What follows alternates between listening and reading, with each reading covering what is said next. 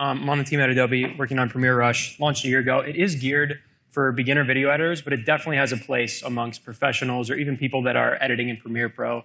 As Russell mentioned, I was working at GoPro before. Everybody at GoPro uses Premiere Pro, but I'm going to explain why Rush is still a great alternative even for the video professional. Who has edited in Rush before? Just click like raise a hand. All right, sweet. And what about Premiere Pro? Yeah, like way more Premiere Pro. That's what I expected though.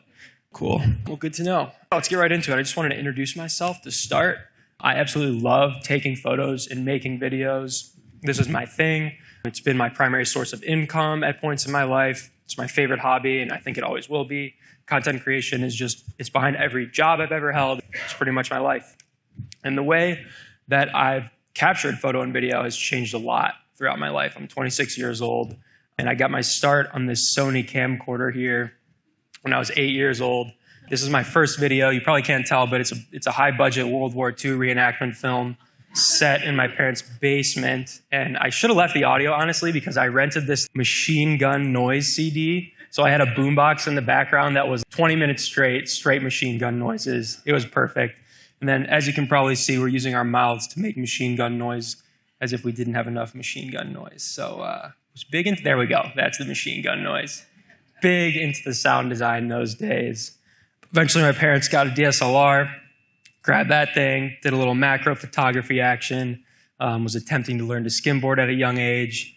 And also, I was a competitive swimmer when I was younger, so I wanted to time-lapse my hair growth growing back. Didn't get too far, and it also kind of makes me look like a serial killer. But that was my start in time-lapses, so we went for it. That was the next step.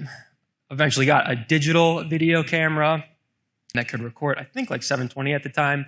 But what you see going on here this is an activity that, a group of young gentlemen will get together and they'll do this thing called fast food lasagna. This was very popular on YouTube at the time, popularized by a YouTube channel named Epic Mealtime. Here's how it works. A group of young men, they get together, they get in their car, they go to a variety of fast food restaurants. I'm saying Burger King for burgers, Taco Bell for burritos. You go to Wendy's, you get the sauces.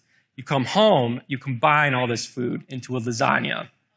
Monster creation, heart attack. It's great. So here we are consuming our creation. Yeah, lots of fun.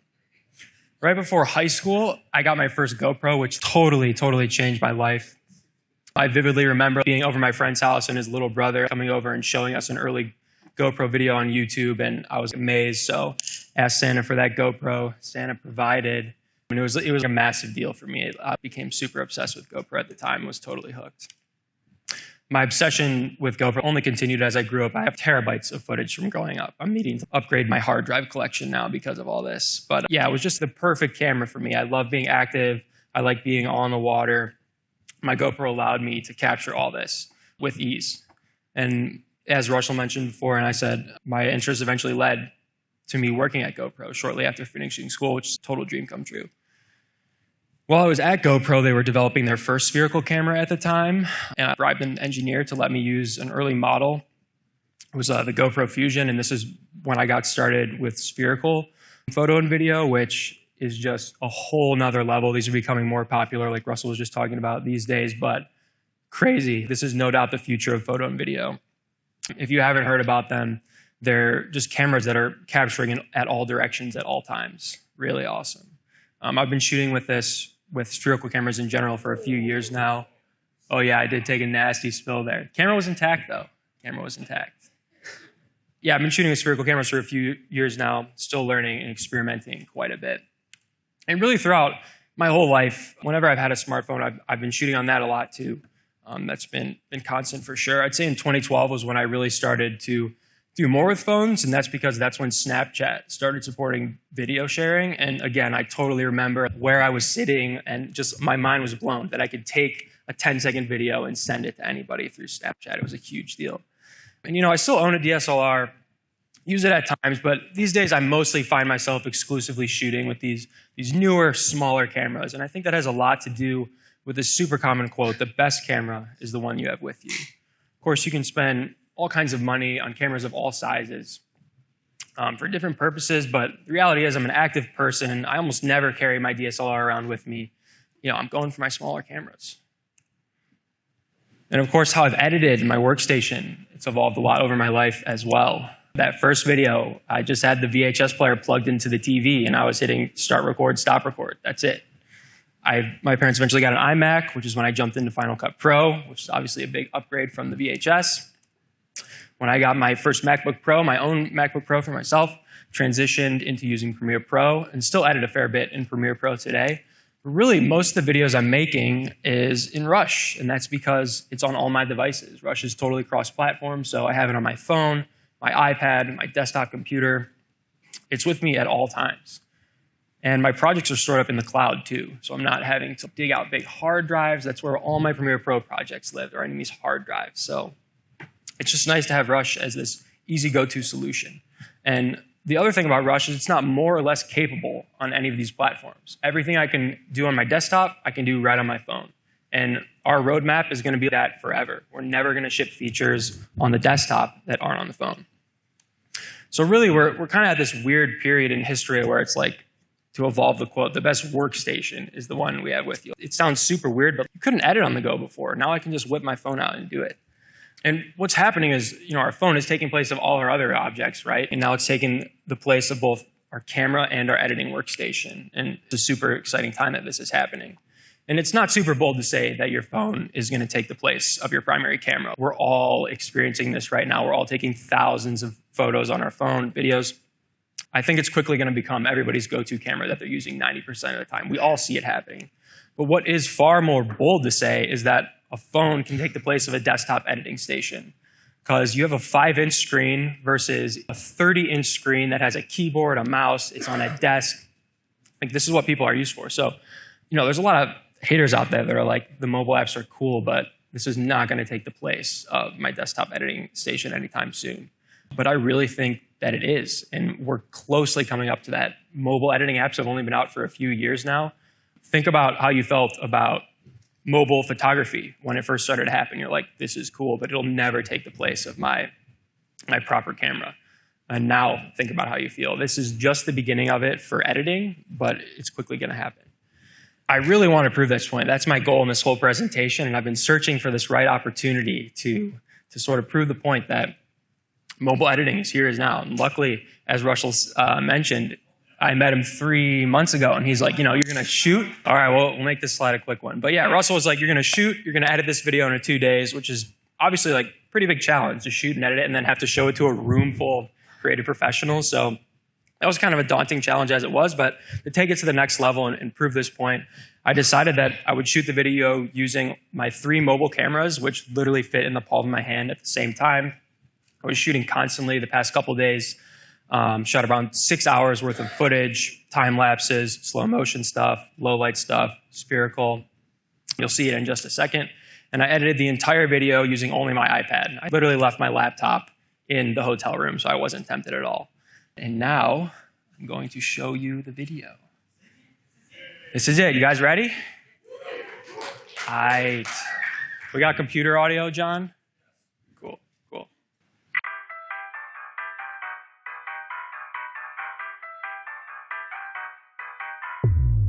Buenos dias.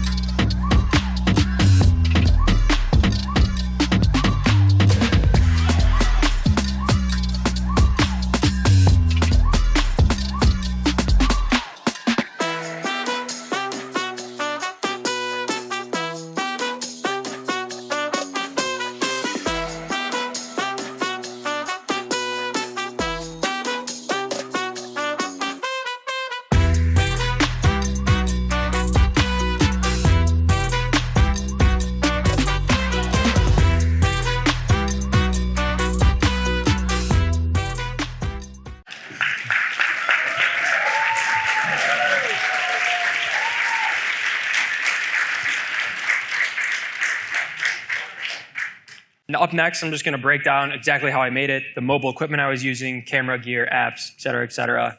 So it's going to be like show and tell, quick and fun though. You guys can ask questions too. Just shout it out, raise your hand, whatever. Up first, my absolute favorite camera. It's a GoPro Hero 8.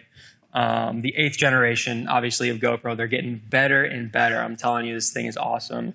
A few years ago, GoPro actually hired an OG Apple designer who was in the original, I think it was called the Steve Jobs Mafia or something like that. He was like very OG dude at Apple, left Apple, started working at GoPro. He's been there for a few years now, and this is his baby. And you can definitely tell when you hold the thing in your hand that it's just a next level design for GoPro. New in this generation, oh shoot, there should be, oh yeah. The flip out fingers that you're seeing animated there, that's totally new. And this just makes things so much easier. Before, if you've ever owned a GoPro, they all have like frames that you have to stick them in, or these clear housings.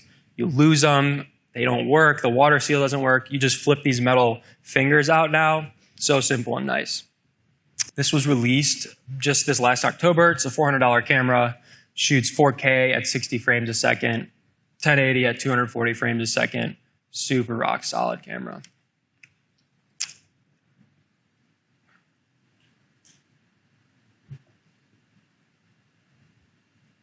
Yeah, new in this generation is even improved stabilization. The past 2 generations have had pretty good stabilization, but now it's just on a total another level. I watch a lot of mountain bike videos on YouTube, and the mountain bikers have the chest cam all the time. They have the camera mounted right on their chest, and now they don't even need gimbals. Before they were using mechanical gimbals on their chest, but with the Hero 8, they don't even need them at all. It's totally replaced it. This software stabilization is on an absolute another level. And it's even handy for things like I was doing here when I was just holding the GoPro in my hand and panning it. Like, it just looks like it's on a gimbal. Really nice. GoPro has this feature called time warp, which is more commonly known as hyperlapsing. And this effect has been possible for a long time. Essentially how it worked is you would take like a DSLR, something with a viewfinder, and take still photos of something in the distance and keep that object centered in the frame. Then you would take those still photos, put them in something like Premiere Pro, make an image sequence, stabilize it, and then render it out as a video. So the effect has been possible for a long time. This is a really trendy thing in action adventure type edits. But GoPro has just made this a piece of cake. Both of these are straight out of camera. You can enable grid lines on the new Hero 8, so you can keep your object centered, and it's just so easy because it just stabilizes it for you right there. A lot of people don't know this, but GoPro has a linear field of view mode. People always complain, I hate the GoPro fisheye look. I would never shoot on a GoPro in a classroom setting like I was because the fisheye look just ruins it. It's so easy. Well, you can just enable linear field of view, and it'll flatten out any horizon, make things look geometrically perfect. Another feature that I absolutely love, and this has been in the past 2 generations for GoPro, is this short clips feature. I think we've all been in the boat where we go out to shoot, we come back, and then we have a 20-minute clip. We just hate reviewing it. You can enable short clips, and what it does is you can start your GoPro recording, and then it'll stop itself after 15 seconds or stop itself after 30 seconds. And you can take this to the next level too with voice control. You can say GoPro start recording, have it like mounted on the front of your long surfboard or something where you can't reach it. It'll start recording, and then it'll stop itself, and you have those nice bite-sized clips to review when you get home. New on the Hero 8 is this presets function. So before, when you wanted to change your camera settings, you had to dig in a long menu, scroll around. The touchscreen's pretty good on the GoPro, but it's not anything like an iPhone or a nice Android phone. So to have these presets where you've already dialed in your settings, you can quickly switch between them. Very, very handy. Next camera is the GoPro Max, which is GoPro's latest and greatest spherical camera. Really crazy. I've been loving this thing. I've had one for a few weeks now, and it's been pretty awesome. Again, it was released this past October. $500 camera, shoots 5.2K spherical video, and it does have a touchscreen, which is a massive deal that you can just use the touchscreen to change the settings on there. The previous version did not, and it was just a pain to have to link it to your phone or like tap around on there. So yeah, still very much learning with this, but I do think this is very much the future of content creation. One thing that's pretty cool and unique about the Max is that it's both a spherical and a traditional camera. So you can enable what's called hero mode and use just a single lens on the Max to capture traditional video or traditional photo. And hero mode has two key advantages. First, you're getting a crazy wide angle. Both of the lenses on the Max are 192 degrees. So even past 180, it's just super, super wide. So in hero mode, you're getting the widest shot possible you can get out of a lens, which does lead to even better stabilization because you have that wider frame. You can crop in a little more and get better stabilization. Max fully supports 360-degree audio, so you're capturing all directions at all time. And if you're creating content where you're reframing and pointing the camera towards certain things in post, the audio will come along with it. So it's like two people having a conversation. You can point it towards the one, point it towards the other, and the audio will adjust accordingly. The Max can also create spherical time lapses, and it's stitching all of this in body. So you can take these spherical time lapses, review them right on your phone. And this is probably my favorite thing to do with the Max, just because time lapses are kind of a pain. You don't really know where the action is going to happen, similar to this video. You know, I could have gotten a mechanical gimbal and had the camera panning itself like that, but you never know if it's going to work out. The Max is capturing all directions at all times, so super handy. Then we have the iPhone 11 Pro, and I'm sure you've all been targeted enough by Apple and probably know enough about this camera, but I'll just talk about it briefly. 70% of the clips in my video were shot on the iPhone 11 Pro. It's a $1,000 camera. It did like a super good job. I was surprised. I was using all three lenses. It handled low light outside. Like if you saw that shot, the shot of the person's previewing the photo on the back of their camera, pretty crazy in low light.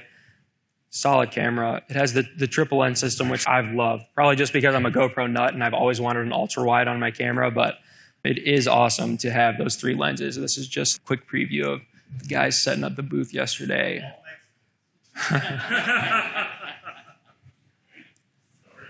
And the UI on the new iPhones, it feels like you're using a professional camera. And I think it's like beyond marketing. It does feel like very tactical and like you're using a professional camera. I'm a massive fan. I was using the DJI Osmo Mobile 3 gimbal for almost every shot that I was shooting on my iPhone. This was released this past August, just 120 bucks. These things are getting crazy cheap, probably because DJI knows that software stabilization is just going to replace this, but very solid. They have both an iOS and an Android app, so no matter what kind of phone you have, you can use this.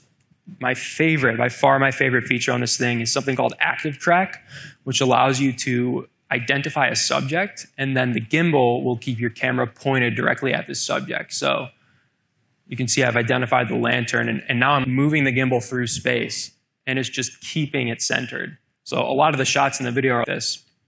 It's a piece of cake. I've been trying to put this feature to the test since I got the gimbal a few weeks ago, and here it is on the laser cutter.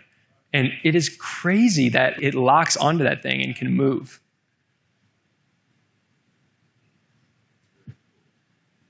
I've even done cars up close that are driving into the distance, and it still stays locked onto them.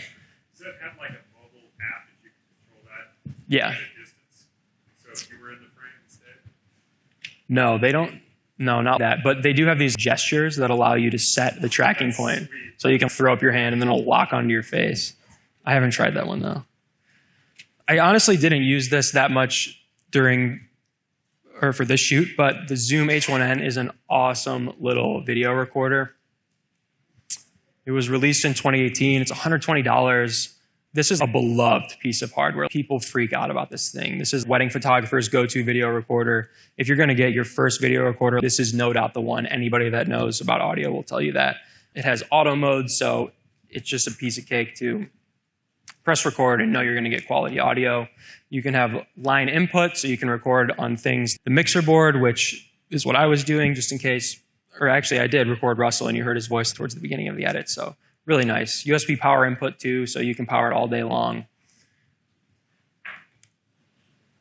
I also didn't use this during the edit, but this is just one of my favorite accessories, the Keynew Stance. It's a little mini tripod, just 10 bucks, fits right on your keychain, and you can see it holds your phone up by sticking into the charging port. And they make them for both iPhone, Android phone, any of those inputs you're seeing there. What's that? Yeah, exactly. What more do you need?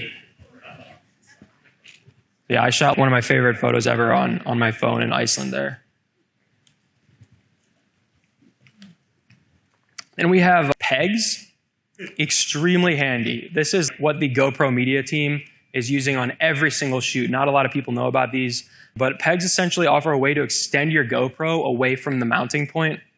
You can see what we're seeing here, the mountain bike or the surfboard. You're just putting distance between either yourself as the subject or your gear as the subject. They come in 5, 7, and 11 inches, and you can just do so much with these. To give you an idea of what's possible, here's a surf setup, right? You just have the peg on the bottom with 2 sticky mounts extended out in front of the surfer. You can obviously Photoshop the mount out to make it look like it's a floating camera above, but you like can't really achieve this effect easily unless you're some crazy skilled diver that's ducking out of the way at the last second. But yeah, pegs are cool. Also amazing for spherical, because spherical cameras actually don't see, here's Russell's camera, they don't see this pole below them. This gets stitched right out. This could be 10 feet long and you wouldn't see the pole below. So you can use pegs to extend the spherical camera way away from yourself or your gear and make it seem this crazy floating effect. This is the tripod I've been using lately. It's a $120 tripod, $110. It has a ball head so you can point your camera in any direction. This comes in both carbon fiber and aluminum. So I have the aluminum one. It's just $110. And I've done a lot of research into this, and this is the most compact one that can stretch out at least to a decent distance. You can look them up on Amazon and stuff, but the ones that are meant for travel are just, they try to get them so they can compact small and they never extend high enough. But this one's pretty solid. It's 14 inches folded, 52 inches extended out. This is another little GoPro secret. I was just doing this myself here, but people have been using these crazy long poles to get creative spherical shots. So what I did is just combined the tripod, a monopod, and the pegs to get my spherical camera way out there. So this is how I took the shot in the back of the room, started the max, extended it out above the classroom. I don't know, you guys weren't looking at me when I was doing this. I thought I was a ghost or something. I was so surprised nobody made any comments. But yeah, I just had it extended out there, and then this was the result of that. Is, you know, it starts off looking normal, but then once I do a camera pan, it looks drone, you know what I mean? So this is an up-and-coming trend. There's this guy, Stephen Donovan, who has really become obsessed with this long pole effect.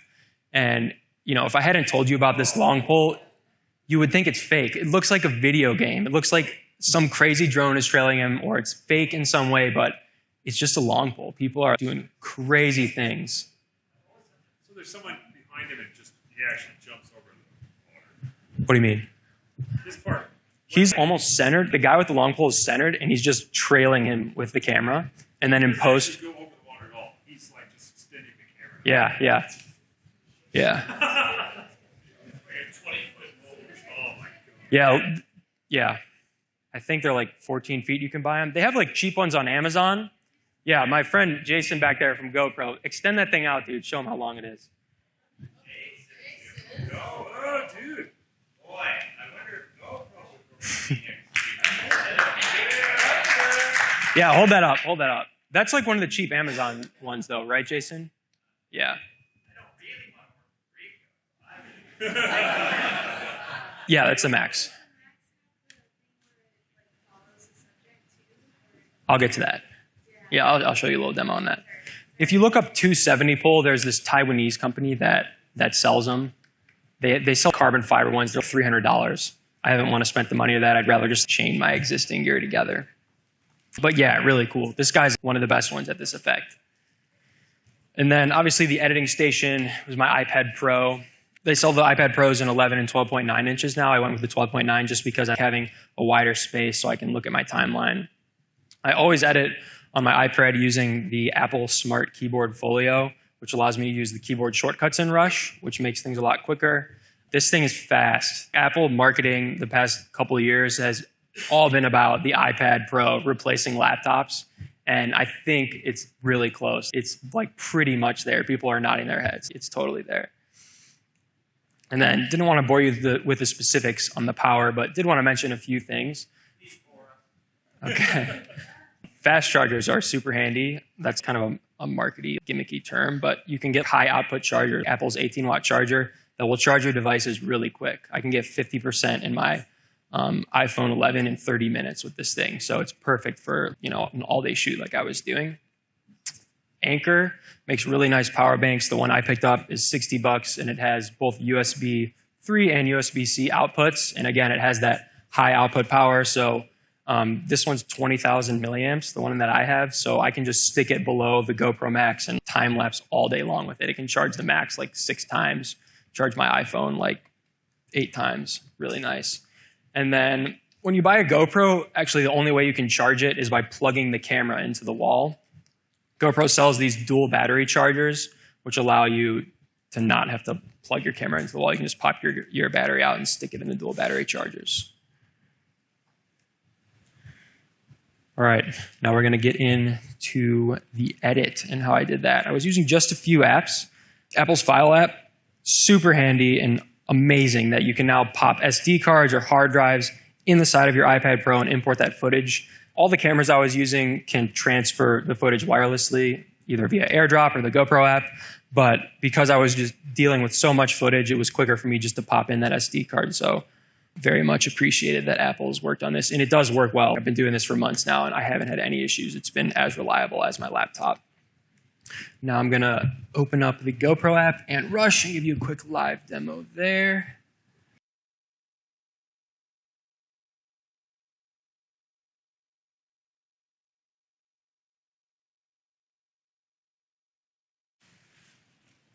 And then, yeah, just one more thing to mention here, and this is what sold Rush to me when I first heard about it. You can open up any Rush project in Premiere Pro. So you're never wasting your time or unable to take your edit to the next level. When you open up Premiere Pro and get that welcome window, there's that Open in Premiere Rush button, and that's looking to the cloud for all of your Rush projects. Tap on your project, all your assets seamlessly download. They're right there. That's what that screen looks like. All right, that is my deck. That's how I shot and edited everything with those 3 tiny little cameras. I was editing on my iPad Pro and using the latest and greatest video editing app, Premiere Rush. Thanks for letting me shoot everything, guys. I appreciate it. If you scan that QR code or go to that URL, you can download the video so you can post it yourself, and then the YouTube clip is there as well. Thanks, guys. What's up? Thank you.